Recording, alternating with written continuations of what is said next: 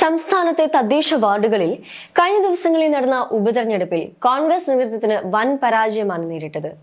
തിരുവനന്തപുരത്ത് ഉപതെരഞ്ഞെടുപ്പ് നടന്ന 8 സീറ്റിലും LDF ആണ് വിജയിച്ചത്. പെരിങ്ങമല പഞ്ചായത്തിലെ 3 വാർഡുകളിൽ നടന്ന തിരഞ്ഞെടുപ്പിൽ UDF സീറ്റുകൾ LDF പിടിച്ചെടുക്കുകയായിരുന്നു. കല്ലമ്പലം, കരവാരം പഞ്ചായത്ത് പട്ല വാർഡ് BJPയിൽ നിന്ന് LDF പിടിച്ചെടുത്തു. അങ്ങനെ 8 തദ്ദേശ വാർഡുകളിലേക്ക് നടന്ന ഉപതെരഞ്ഞെടുപ്പിൽ പരാജയപ്പെട്ടതോടെ കോൺഗ്രസ് നേതൃത്വത്തിനെതിരെ മുറവിളി ഉയരുകയാണ്. കൈവശമുണ്ടായിരുന്ന സിറ്റിംഗ് സീറ്റുകൾ എല്ലാം നഷ്ടമായത് DCC നേതൃത്വത്തിന്റെ പിടിപ്പുകേടാണെന്ന വിമർശനങ്ങളാണ് ഇപ്പോൾ ഉയരുന്നത്. ജില്ലാ പഞ്ചായത്ത് ഡിവിഷനും പഞ്ചായത്ത് വാർഡുകളും അടക്കം 4 എണ്ണമാണ് LDF പിടിച്ചെടുത്തത്. DCC പ്രസിഡന്റ് പാലോട് രവിയുടെ ജന്മനാടായ പെരിങ്ങമലയിൽ പോലും കോൺഗ്രസ് തകർന്നടിയേണ്ടി വന്നു. 3 വാർഡുകളാണ് ഇവിടെ LDF തിരികെ പിടിച്ചെടുത്തത്. കരവാരം പഞ്ചായത്തിലാകട്ടെ UDF സ്ഥാനാർത്ഥി 3ാമതാണ് എത്തിയത്. അതും കോൺഗ്രസിന് ക്ഷീണമായി. DCC പ്രസിഡന്റ് അടക്കം നേതൃത്വത്തിൽ നിന്ന് മാറാതെ മറ്റു മാർഗമൊന്നുമില്ല എന്നാണ് കോൺഗ്രസിന്റെ വാദം. മുൻപ് പെരിങ്ങമലയിൽ കോൺഗ്രസിൽ നിന്ന് കൂട്ടരാജി ഉണ്ടായപ്പോൾ ഉത്തരവാദിത്തം ഏറ്റെടുത്ത് രാജിവെക്കുന്നതായി DCC പ്രസിഡന്റ് പ്രഖ്യാപിക്കുകയും പിന്നീട് പിൻവലിക്കുകയും ചെയ്തിരുന്നു. സ്വന്തം പഞ്ചായത്തിൽ പാർട്ടിക്ക് ഭരണം നഷ്ടപ്പെടുക മാത്രമല്ല, പഞ്ചായത്ത് പ്രസിഡന്റ് തന്നെ ബദ്ധവൈരികളായ CPMലേക്ക് ചേക്കേറിയതിനെ തുടർന്നാണ് മുൻപ് നെടുമങ്ങാട് MLA കൂടിയായ പാലോട് രവി DCC പ്രസിഡന്റ് സ്ഥാനം രാജിവെച്ചത്.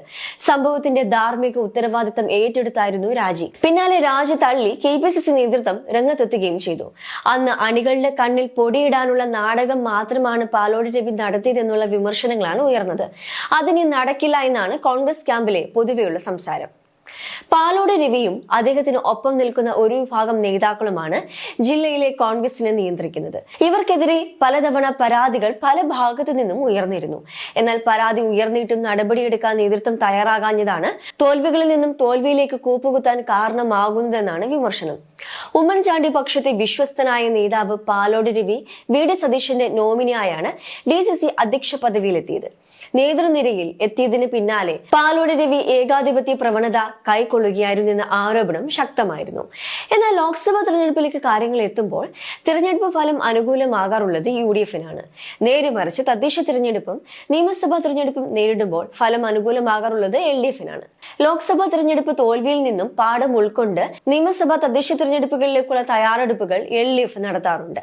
ലോക്സഭാ തിരഞ്ഞെടുപ്പിൽ ജില്ലയിലെ 2 മണ്ഡലങ്ങളിൽ UDF സ്ഥാനാർത്ഥി വിജയിച്ചത് ജില്ലയിലെ സംസ്ഥാന നേതൃത്വത്തിന്റെ കഴിവല്ല എന്നും BJP വിരുദ്ധ വോട്ടുകൾ ഏകോപിപ്പിച്ചതാണ് കാരണമെന്നും ഹൈക്കമാൻഡ് തന്നെ വിലയിരുത്തിയിരുന്നു. ഇത് വിരൽ ചൂണ്ടുന്നത് ജില്ലയിലെ കോൺഗ്രസ് നേതൃത്വത്തിന് എതിരെയാണ്. ഉപതെരഞ്ഞെടുപ്പുമായി ബന്ധപ്പെട്ട് DCC നേതൃത്വത്തിനെതിരെ സാമ്പത്തിക ആരോപണങ്ങളും ഒരു ഭാഗത്ത് ഉയരുന്നുണ്ട്.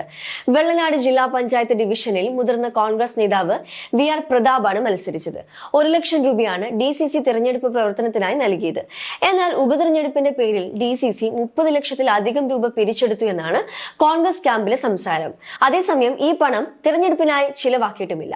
തിരഞ്ഞെടുപ്പിനായി ഉപയോഗിക്കാതെ എന്ത് ചെയ്തെന്ന് നേതൃത്വം വ്യക്തമാക്കണമെന്നും പ്രവർത്തകർ പറയുന്നുണ്ട്.